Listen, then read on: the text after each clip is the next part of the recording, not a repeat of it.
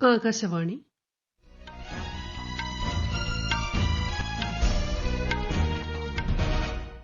നമസ്കാരം. വാർത്തകൾ വായിക്കുന്നത് ലിൻസ സിറാജ്.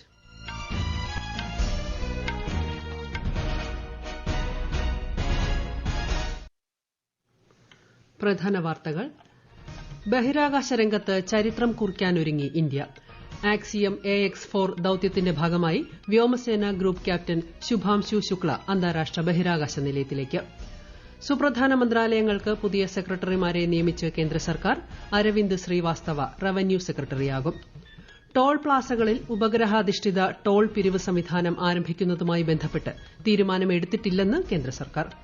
അടുത്ത മാസം നടക്കുന്ന ലോക ദൃശ്യ ശ്രവ്യ വിനോദ ഉച്ചകോടി വേവ്സിന്റെ ഒരുക്കങ്ങൾ വിലയിരുത്തി കേന്ദ്ര സഹമന്ത്രി L Murugan. Create in India ചലഞ്ചിൽ രജിസ്റ്റർ ചെയ്തത് 1 ലക്ഷം പേർ. പത്തനംതിട്ട കോന്നിയിൽ ആനക്കൂട് സന്ദർശിക്കാനെത്തിയ 4 വയസ്സുകാരൻ കോൺക്രീറ്റ് തൂൺ ഇളകി വീണ് മരിച്ചു. IPL ക്രിക്കറ്റിൽ ഇന്ന് ബംഗളൂരു പഞ്ചാബ് പോരാട്ടം. വാർത്തകൾ വിശദമായി. ബഹിരാകാശ യാത്രയിൽ നിർണായക അധ്യായം എഴുതാനൊരുങ്ങി ഇന്ത്യ. ആക്സിയം സ്പേസ് ദൌത്യം AX4ന്റെ ഭാഗമായി ഇന്ത്യൻ വ്യോമസേനയിലെ ഗ്രൂപ്പ് ക്യാപ്റ്റൻ ശുഭാംശു ശുക്ല അടുത്ത മാസം അന്താരാഷ്ട്ര ബഹിരാകാശ നിലയത്തിലേക്ക് യാത്ര തിരിക്കും. കേന്ദ്ര സഹമന്ത്രി ജിതേന്ദ്ര സിംഗാണ് ഇക്കാര്യം അറിയിച്ചത്. വരും മാസങ്ങളിൽ ISROയുടെ പ്രധാന ഭാവി പദ്ധതികൾ അവലോകനം ചെയ്യുന്നതിനായി നടന്ന ഉന്നതതല യോഗത്തിനു ശേഷം സംസാരിക്കുകയായിരുന്നു മന്ത്രി. 1984-ൽ രാകേഷ് ശർമ്മയ്ക്ക് ശേഷം ബഹിരാകാശ യാത്ര നടത്തുന്ന ആദ്യ ഇന്ത്യക്കാരനാകും ശുഭാംശു ശുക്ല. വിവിധ മന്ത്രാലയങ്ങളിലും വകുപ്പുകളിലും സെക്രട്ടറിമാരെ നിയമിച്ച് കേന്ദ്ര സർക്കാർ. പ്രധാനമന്ത്രിയുടെ ഓഫീസിൽ അഡീഷണൽ സെക്രട്ടറിയായി സേവനമനുഷ്ഠിക്കുന്ന അരവിന്ദ് ശ്രീവാസ്തവയാണ് ധനമന്ത്രാലയത്തിലെ പുതിയ റവന്യൂ സെക്രട്ടറി. രാജ്യരക്ഷാ മന്ത്രാലയത്തിലെ ഡയറക്ടർ ജനറൽ സമീർ കുമാർ സിൻഹ വ്യോമയാന സെക്രട്ടറിയാകും. വിദേശ വ്യാപാര ഡയറക്ടർ ജനറൽ സന്തോഷ് കുമാർ സാരംഗിയെ നവ പുനരുപയോഗ ഊർജ്ജ മന്ത്രാലയ സെക്രട്ടറിയായും നികുഞ്ച ബിഹാരി ധല്ലിനെ പാർലമെന്ററി കാര്യ മന്ത്രാലയ സെക്രട്ടറിയായും നിയമിച്ചു. ടോൾ പ്ലാസകളിൽ ഉപഗ്രഹാധിഷ്ഠിത ടോൾ പിരിവ് സംവിധാനം ആരംഭിക്കുന്നത് സംബന്ധിച്ച് തീരുമാനമെടുത്തിട്ടില്ലെന്ന് കേന്ദ്ര സർക്കാർ. അടുത്ത മാസം 1 മുതൽ ഈ പദ്ധതി നിലവിൽ വരുമെന്ന മാധ്യമ റിപ്പോർട്ടുകളുടെ പശ്ചാത്തലത്തിലാണ് ദേശീയ ഉപരിതല ഗതാഗത ഹൈവേ മന്ത്രാലയം ഇക്കാര്യം വ്യക്തമാക്കിയത്. അതേസമയം വാഹനങ്ങളുടെ നമ്പർ പ്ലേറ്റ് തിരിച്ചറിയുന്ന ANPR സംവിധാനവുമായി നിലവിലെ ഫാസ്ടാഗ് സംയോജിപ്പിച്ച് നൂതന സംവിധാനം തെരഞ്ഞെടുത്ത ടോൾ പ്ലാസകളിൽ ഉടൻ നിലവിൽ വരുമെന്ന് കേന്ദ്രം അറിയിച്ചു. ടോൾ പ്ലാസകളിൽ വാഹനം നിർത്താതെ പണം ഈടാക്കുന്ന ഈ സംവിധാനം പരീക്ഷണാടിസ്ഥാനത്തിലായിരിക്കും ആദ്യം നടപ്പാക്കുക. വാഹന വേഗത അളക്കാൻ ഉപയോഗിക്കുന്ന റഡാർ ഉപകരണങ്ങൾക്കായി കേന്ദ്രം പുതിയ നിയമങ്ങൾ വിജ്ഞാപനം ചെയ്തു. 2011ലെ ലീഗൽ മെട്രോളജി നിയമങ്ങളുടെ അടിസ്ഥാനത്തിലാണ് വിജ്ഞാപനം. റോഡ് സുരക്ഷ വർദ്ധിപ്പിക്കുന്നതിന് ലക്ഷ്യമിട്ടുള്ള നിയമങ്ങൾ ജൂലൈ 1 മുതൽ പ്രാബല്യത്തിൽ വരുമെന്ന് ഉപഭോക്തൃകാര്യ മന്ത്രാലയം പ്രസ്താവനയിൽ പറഞ്ഞു. കഴിഞ്ഞ 10 വർഷത്തിനിടെ രാജ്യത്തെ ഇലക്ട്രോണിക്സ് ഉൽപ്പന്ന നിർമ്മാണത്തിൽ 5 മടങ്ങ് വർധന ഉണ്ടായതായി കേന്ദ്രമന്ത്രി അശ്വിനി വൈഷ്ണവ്. മേഖലയിലെ കയറ്റുമതി 6 മടങ്ങ് വർദ്ധിച്ച് 3,25,000 കോടി രൂപയായതായി അദ്ദേഹം അറിയിച്ചു. 5 टाइम्स बढ़ी है और इलेक्ट्रॉनिक्स के एक्सपोर्ट 6 टाइम्स बढ़े. करीब 25 लाख लोग रोजगार में हैं इलेक्ट्रॉनिक्स सेक्टर में. इलेक्ट्रॉनिक्स की डिजाइन कैपेबिलिटीज भारत में आने लगी. टेलीकॉम के network equipment, AI cameras, automobile electronics से रिलेटेड प्रोडक्ट्स, मेडिकल इलेक्ट्रॉनिक्स से रिलेटेड प्रोडक्ट्स, इन सब का डिजाइन मैन्युफैक्चर भारत में होने लगा है. ഇലക്ട്രോണിക്സ് നിർമ്മാണ മേഖലയെ കൂടുതൽ വികസിപ്പിക്കാൻ ഇലക്ട്രോണിക് ഘടകങ്ങളുടെ നിർമ്മാണ പദ്ധതിക്ക് പ്രധാനമന്ത്രി അടുത്തിടെ അംഗീകാരം നൽകിയിരുന്നു. അടുത്ത മാസം 1 മുതൽ 4 വരെ മുംബൈയിൽ നടക്കുന്ന ലോക ദൃശ്യ ശ്രവ്യ വിനോദ ഉച്ചകോടി വേവ്സിന്റെ ഒരുക്കങ്ങൾ വാർത്താവിതരണ പ്രക്ഷേപണ സഹമന്ത്രി എൽ മുരുകൻ വിലയിരുത്തി. കേന്ദ്രത്തിലെയും മഹാരാഷ്ട്രയിലെയും നോഡൽ ഓഫീസർമാർ യോഗത്തിൽ പങ്കെടുത്തു. വേവ്സിന്റെ പ്രധാന സംരംഭമായ ക്രിയേറ്റ് ഇൻ ഇന്ത്യ ചലഞ്ചിൽ 32 മത്സര വിഭാഗങ്ങളിലായി 1 ലക്ഷത്തോളം പേർ ഇതിനകം രജിസ്റ്റർ ചെയ്തു. 60-ലധികം രാജ്യങ്ങളിൽ നിന്നായി 1100-ലധികം അന്താരാഷ്ട്ര മത്സരാർത്ഥികളും രജിസ്റ്റർ ചെയ്തിട്ടുണ്ട്. ആനിമേഷൻ, കോമിക്സ്, നിർമ്മിത ബുദ്ധി, ഗെയിമിംഗ്, സംഗീതം എന്നിവയിലെ ഫൈനൽ മത്സരങ്ങൾ അടുത്ത മാസം വേവ്സ് ഉച്ചകോടിയിൽ അരങ്ങേറും. പശ്ചിമബംഗാളിലെ സംഭവ വികാസങ്ങളെക്കുറിച്ച് ബംഗ്ലാദേശ് ഉദ്യോഗസ്ഥർ നടത്തിയ പരാമർശങ്ങൾ ഇന്ത്യ തള്ളിക്കളഞ്ഞു. ബംഗ്ലാദേശിൽ ന്യൂനപക്ഷങ്ങൾക്കെതിരായി നടക്കുന്ന നിരന്തര പീഡനങ്ങളെക്കുറിച്ചുള്ള ഇന്ത്യയുടെ ആശങ്കകൾ മറച്ചുവെക്കാനുള്ള ശ്രമമാണിതെന്ന് വിദേശകാര്യ വക്താവ് രൺധീർ ജയ്സ്വാൾ പറഞ്ഞു. വഖഫ് ഭേദഗതി നിയമത്തിനെതിരായ പ്രതിഷേധങ്ങളെ തുടർന്ന് മുർഷിദാബാദിലുണ്ടായ അക്രമത്തെക്കുറിച്ച് അന്വേഷിക്കാൻ ദേശീയ വനിതാ കമ്മീഷൻ അധ്യക്ഷ വിജയ് രഹത്കർ കൊൽക്കത്തയിലെത്തി.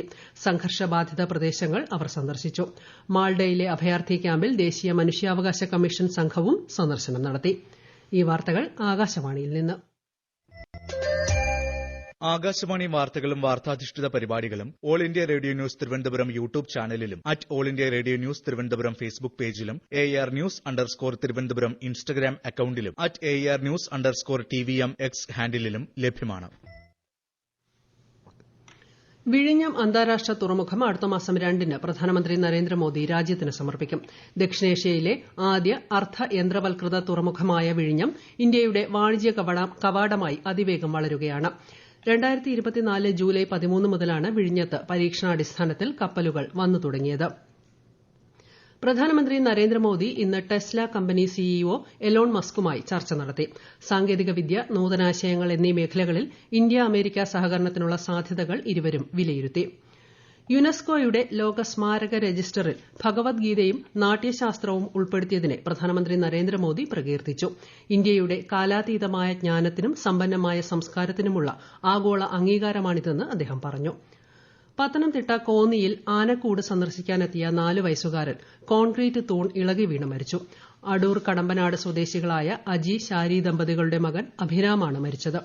4 അടിയോളം ഉയരമുള്ള കോൺക്രീറ്റ് തൂണാണ് കുട്ടിയുടെ ദേഹത്ത് പതിച്ചത്. തുടർന്ന് കോന്നി ആനക്കൂട് താൽക്കാലികമായി അടച്ചു. സംഭവത്തിൽ വീഴ്ച വരുത്തിയവർക്കെതിരെ കർശന നടപടി സ്വീകരിക്കുമെന്ന് മന്ത്രി A.K. ശശീന്ദ്രൻ പറഞ്ഞു. ക്രിസ്തുവിന്റെ പീഡാനുഭവത്തിന്റെയും കുരിശുമരണത്തിന്റെയും ഓർമ്മ പുതുക്കി ലോകമെമ്പാടും ക്രൈസ്തവർ ഇന്ന് ദുഃഖവെള്ളി ആചരിച്ചു. ദുഃഖത്തിന്റെയും ധ്യാനത്തിന്റെയും ആത്മീയ നിറവിന്റെയും ദിനമാണ് ദുഃഖവെള്ളി.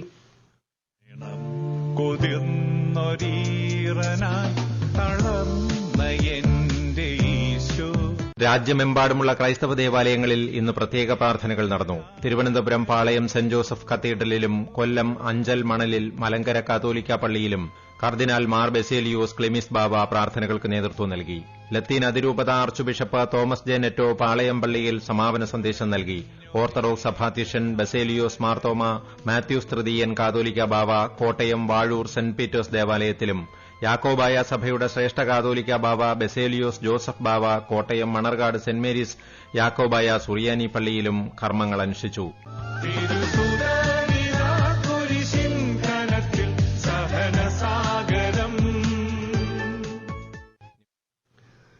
IPL ക്രിക്കറ്റിൽ ഇന്ന് royal Challengers Bengaluru Punjab Kings മത്സരം. ബംഗളൂരു ചിന്നസ്വാമി സ്റ്റേഡിയത്തിൽ നടക്കേണ്ട മത്സരം മഴ മൂലം വൈകുന്നു.